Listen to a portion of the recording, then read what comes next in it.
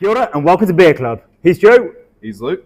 This week we are drinking Raptor from Parrotdog, which is an American pale ale. American pale ale. New release, and it's replacing a Parrotdog favourite in their core range lineup. So we were excited to see it and get it in the boxes in Beer Club. Cheers. Beautiful clarity there. It's really lovely sparkling. Yeah, really nice presenting beer. But yeah, it's always exciting when a brewery the size and scale of Parrotdog make a move like this. Yeah, major. Oh, pardon me. Because a lot of market research has gone into it, a lot of recipe development through the, probably through the LB program. Yep. And yeah, that when it's freshly released, it's going to be tasting incredible. And yeah, it is.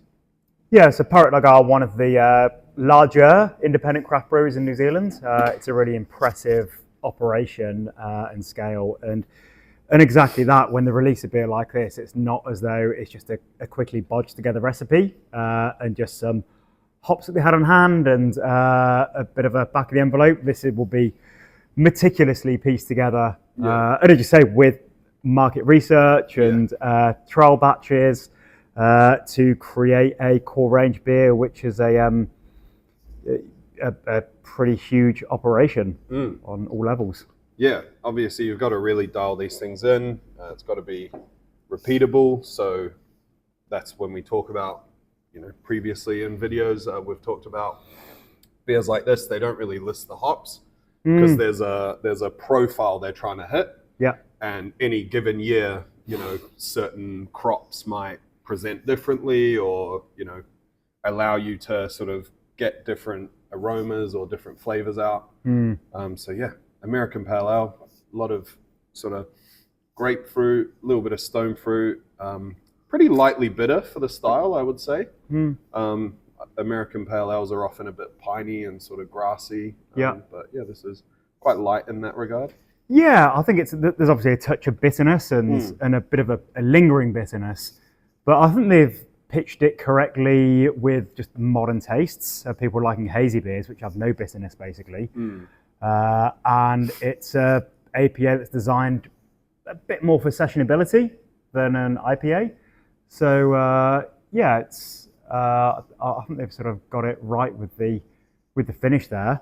And it is as a counter to things like Bird's Eye, which is one of the biggest selling beers in New Zealand as far as craft beer goes.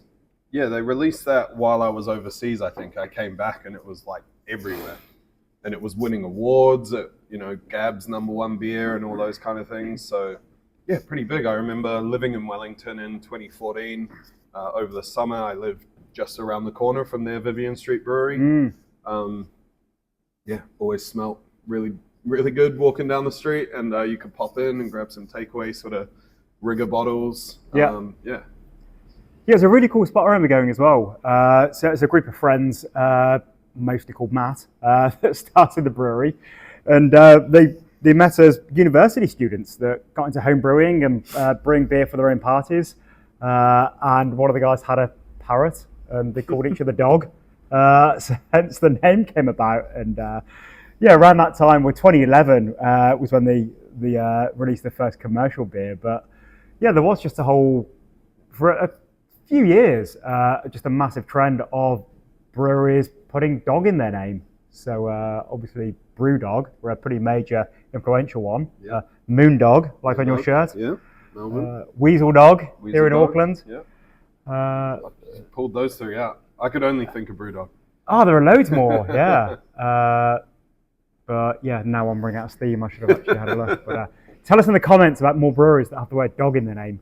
And it's a very catchy name. And their beers, many of them are named for dogs and raptors. So there's like Greyhound, the recent low carb one. Skinny. Obviously, yeah, exactly. Yeah, hilarious. And this is Raptor. So a bit of a predatory pale ale. Yeah.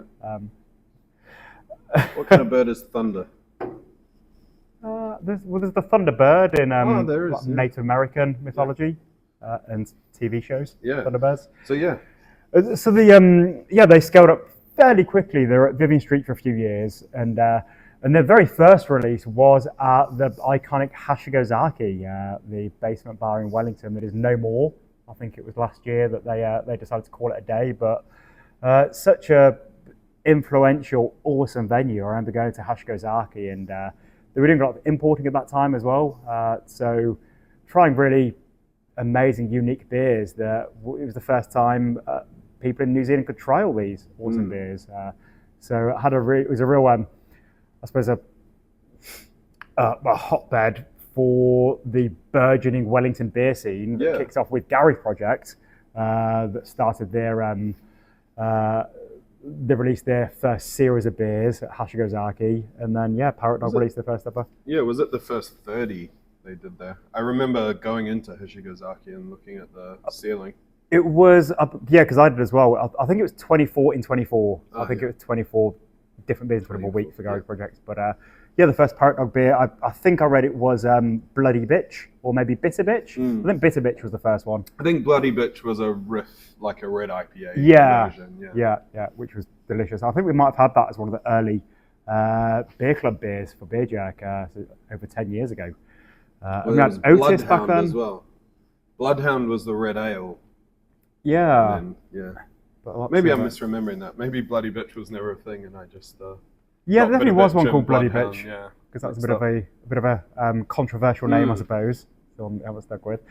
And cool to see from a haphazard operation of some students brewing beers in the student digs for parties, up to the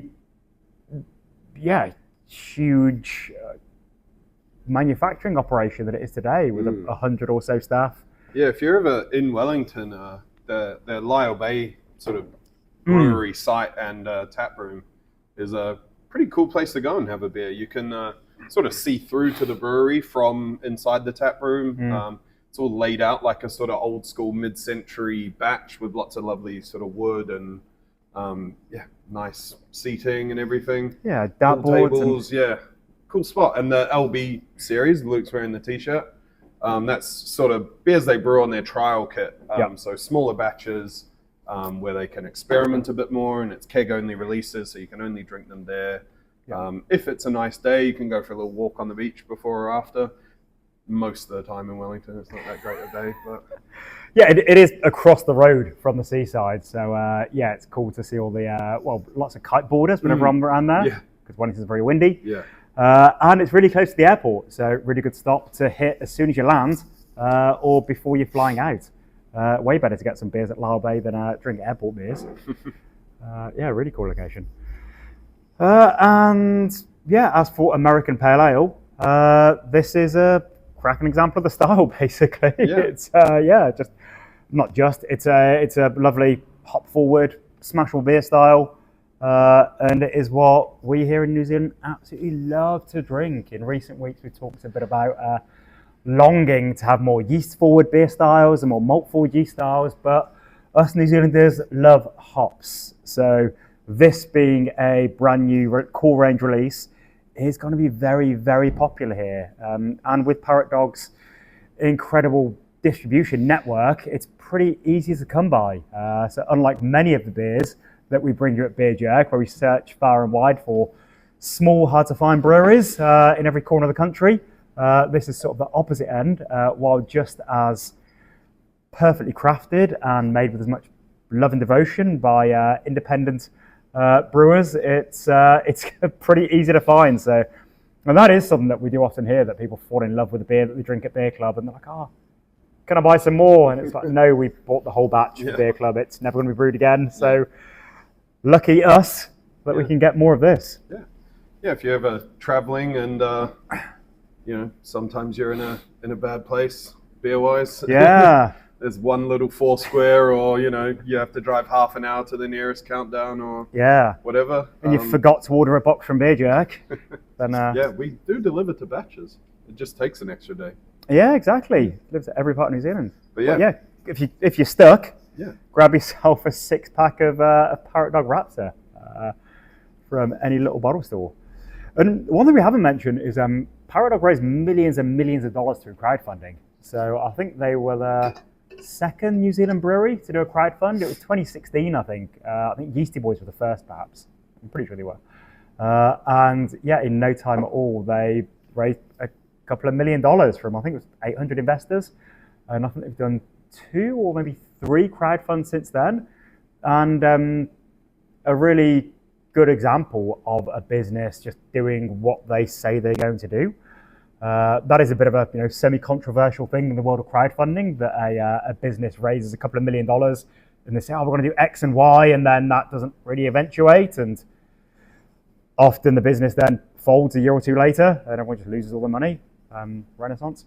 And Parrotdog have made huge growth, and they have absolutely put the money where they said they were going to put it. Yeah, so they said they'd do bigger plant and all of that, and sort of use it to fund their growth, and that's what they've done.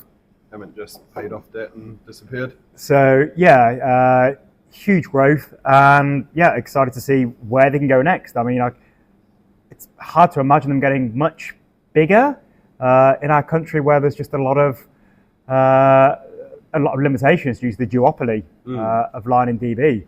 So it's not as though you're suddenly going to start seeing independent beers in every pub. We've only got the small amount of penetration for independent beers.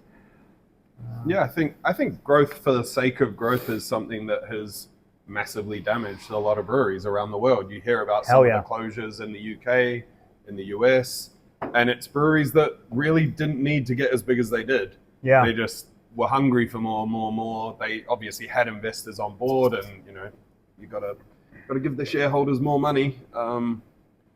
Then all of a sudden one bad thing happens and they fold. Yeah. Whereas if you're Parrotdog, you can keep pumping out the right volume for what you're doing.